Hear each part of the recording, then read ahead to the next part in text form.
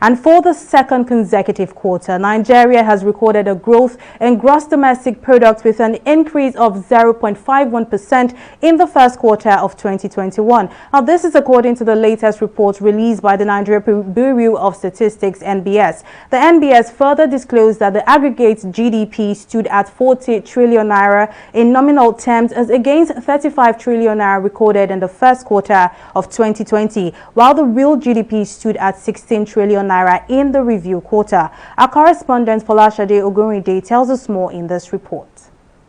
Despite doubts of a sustained GDP growth in Q1 2021, Nigeria's gross domestic product recorded a surprising increase of 0.51% in the quarter under review. Though marginal, the reports released by the Nigeria Bureau of Statistics indicates that the growth was spurred by the non-oil sector, which accounted for 90.75% of aggregate GDP in the first quarter of 2021. Well, when you look at agriculture seems to be in the positive. And you also consider telecom. Telecom also seems to be in the positive. The influence of banking sector, financial institution can also be undermined. From the report that has been shared, crop production in agriculture seems to stand out. Quite a number of interesting things seems to play out in the Q4 report that has given Nigeria 0.51% GDP growth rate. But we have quite a number of concerns also from the report shared by National Bureau of Statistics. We only hope that authorities will do the needful or do the right thing as regards those reports. Foremost of this concern is the growth rate of the manufacturing sector, which was pegged at 3.4% by the NBS. The manufacturing sector figure is one figure that I have an issue with, because the figure does not reflect the current realities. First, most of the manufacturers had problem with the foreign exchange liquidity. They couldn't get their raw materials.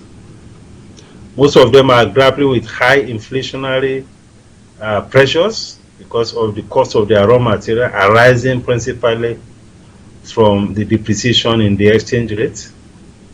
Many of them are having issues with the ports, clearing their raw materials out of the ports, and all the associated increases in costs, demurrage, interest costs, and all of that. Many of them are worried about or grappling with the problem of weak purchasing power. It is why many of them are carrying very huge inventories. So, and of course, we have the security problem, which is even affecting the distribution of their products across the country.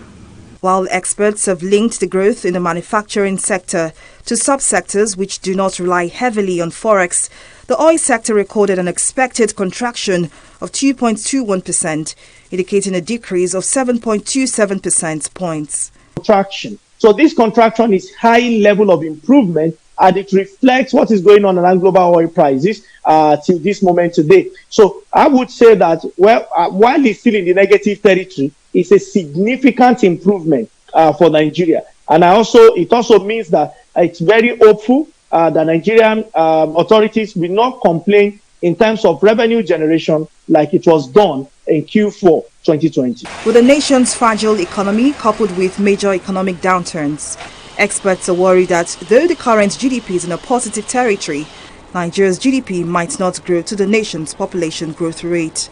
Folashade Ogurinde, TV 360 News.